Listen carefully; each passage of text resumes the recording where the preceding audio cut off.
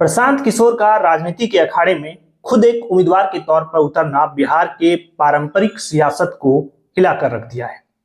अब तक चुनावी रणनीतिकार के रूप में बड़े बड़े धुरंधरों को सत्ता की सीढ़ी चढ़ाने वाले पीके अब खुद बांकीपुर विधानसभा के उपचुनाव में अपनी किस्मत आजमा रहे हैं।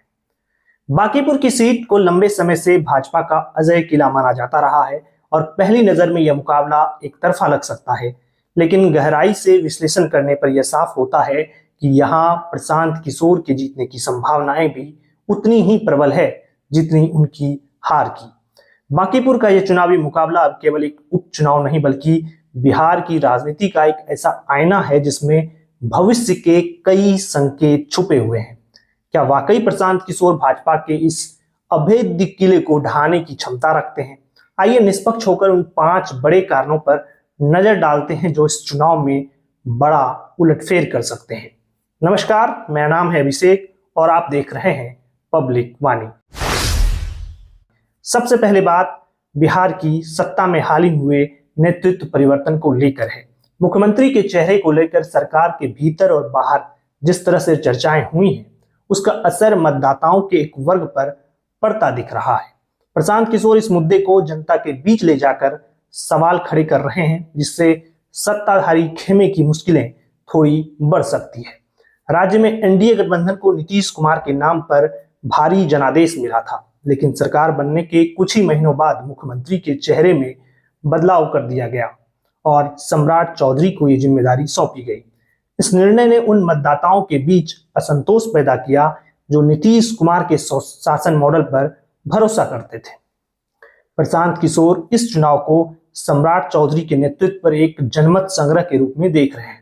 वे लगातार सम्राट चौधरी की पृष्ठभूमि, खासकर उनके खिलाफ लगे आरोपों और उनकी शैक्षणिक योग्यता को मुद्दा बनाकर जनता के बीच जा रहे हैं। उनका यह आक्रामक रुख उन लोगों को अपनी ओर खींच रहा है जो भाजपा और जदयू के इस नए समीकरण से असहज हैं। दूसरा बड़ा फैक्टर भाजपा के अंदर की गुटबाजी और उम्मीदवार चयन में हुई अफरा तफरी है। बांकीपुर की सीट पर भाजपा के कई दिग्गज नेता अपनी दावेदारी पेश कर रहे थे, लेकिन अंततः नितिन नवीन ने बेहद करीबी अभिषेक बंटी को टिकट दिलाने में सफलता पाई। हालांकि राजनीति का खेल तब उलझ गया जब बंटी ने नामांकन करने के कुछ ही समय बाद अपना नाम वापस ले लिया। इस घटना ने भाजपा की संगठनात्मक कमजोरी को सबके सामने लाकर खड़ा कर दिया। इसके बाद नीरज सिन्हा को उम्मीदवार बनाया गया, लेकिन उनकी राजनीतिक सक्रियता और पहचान को लेकर कार्यकर्ताओं में कोई खास उत्साह नहीं है। भाजपा जैसे संगठित दल के लिए अपनों के बीच की यह कलह चुनावी मैदान में बड़ी चुनौती साबित हो सकती है, जिसका सीधा लाभ प्रशांत किशोर को मिल सकता है। तीसरा फैक्टर कानून व्यवस्था और हालिया एनकाउंटर की घटनाओं का है।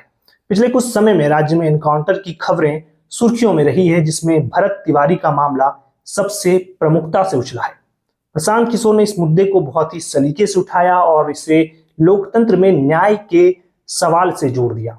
बांकीपुर के शहरी और शिक्षित मतदाता जो अक्सर कानून व्यवस्था को लेकर बहुत संवेदनशील होते हैं, वे अब इस पर सवाल पूछने लगे हैं। यह मुद्दा भाजपा की उस छवि को सीधे चोट पहुंचा रहा है जो वह सुशासन के नाम पर बनाती आई है।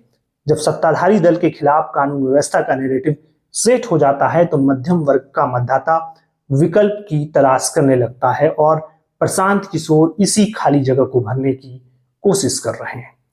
चौथा फैक्टर बांकीपुर का जातीय और सामाजिक गणित है, जो प्रशांत किशोर की राह को दिलचस्प बनाता है। बांकीपुर में लगभग 3,79,000 मतदाता हैं। यहाँ कायस्थ मतदाताओं की संख्या बहुत अधिक है, जो दशकों से भाजपा का पारंपरिक आधार रहे हैं। लेकिन इसके अलावा यहाँ भूमिहार और ब्राह्मण मतदाताओं की भी अच्छी खासी उपस्थिति है, जो कुल आबादी का लगभग 25 से 30% हिस्सा हो सकते हैं। अगर ये मतदाता इस बार भाजपा के पारंपरिक चेहरे से हटकर किसी नए विकल्प की ओर रुख करते हैं तो परिणाम चौंकाने वाले हो सकते हैं। सबसे अहम बात ईबीसी यानी अति पिछड़ा वर्ग मतदाताओं की है, जिन्हें परंपरागत रूप से नीतीश कुमार का वोट बैंक माना जाता है। नीतीश कुमार के शासन में बदलाव और सम्राट चौधरी के मुख्यमंत्री बनने से यदि ईबीसी मतदाता खुद को अलग थलग महसूस करते हैं तो प्रशांत किशोर के लिए एक बहुत बड़ा वोट बैंक खुल सकता है। साथ ही यदि आरजेडी के कोर वोटर्स जैसे कि यादव, जो कि लगभग 10 से 12% हैं, और मुस्लिम लगभग 8 से 10% भी अगर पीके की तरफ झुकते हैं, तो यह समीकरण भाजपा की सबसे बड़ी हार का कारण बन सकता है। अब बढ़ते हैं पांचवा और अंतिम फैक्टर की तरफ। प्रशांत किशोर की एक पढ़े लिखे और स्पष्ट विजन वाले नेता के रूप में बनी पहचान है। बिहार में लंबे समय से राजनीति में या तो जातिगत समीकरणों के इर्द गिर्द घूमती रही है या फिर पुराने नेताओं की विचारधाराओं पर आधारित रही है। प्रशांत किशोर न केवल एक पेशेवर रणनीतिकार रहे हैं, बल्कि उनका अपना व्यक्तिगत व्यक्तित्व भी एक शिक्षित और प्रबुद्ध व्यक्ति का है। शहर के डॉक्टर, वकील, प्रोफेसर और युवा प्रोफेशनल वर्ग जो अब तक किसी न किसी मजबूरी में भाजपा को वोट देते आए हैं, वे अब एक ऐसे चेहरे की तरफ देख सकते हैं जो विकास की बात करे और जिसके पास ठोस विजन हो। प्रशांत किशोर की तार्किक शैली उन्हें अन्य नेताओं से अलग खड़ा करती है। ईबीसी का एक बड़ा हिस्सा जो अभी तक नीतीश कुमार के साथ रहा है, यदि वह शासन में हो रहे बदलावों से नाखुश होकर बदलाव की तरफ देखता है, तो उन्हें प्रशांत किशोर के रूप में एक नया और भरोसेमंद चेहरा मिल सकता है। इन तमाम कारणों के बावजूद ये समझना आवश्यक है कि बांकीपुर में भाजपा का सांगठनिक ढांचा अभी भी बहुत मजबूत है। किसी भी चुनाव को केवल एक तरफा मान लेना या किसी एक नेता की हार तय कर देना लोकतांत्रिक प्रक्रिया में जल्दबाजी होगी। प्रशांत किशोर का यह चुनावी प्रयोग अगर सफल होता है, तो यह न केवल बांकीपुर बल्कि पूरे बिहार की राजनीति को एक नई दिशा दे सकता है। यह चुनाव एक और भाजपा की साख का सवाल है, तो दूसरी ओर प्रशांत किशोर के राजनीतिक भविष्य की सबसे बड़ी अग्नि परीक्षा है।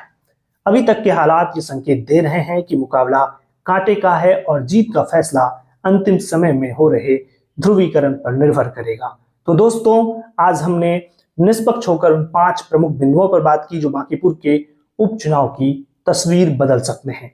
प्रशांत किशोर ने जिस तरह से समीकरणों को साधने की कोशिश की है, वह बिहार की राजनीति में एक नए दौर की आहट है। लेकिन क्या यह आहट जीत में बदल पाएगी, यह देखना अभी बाकी है।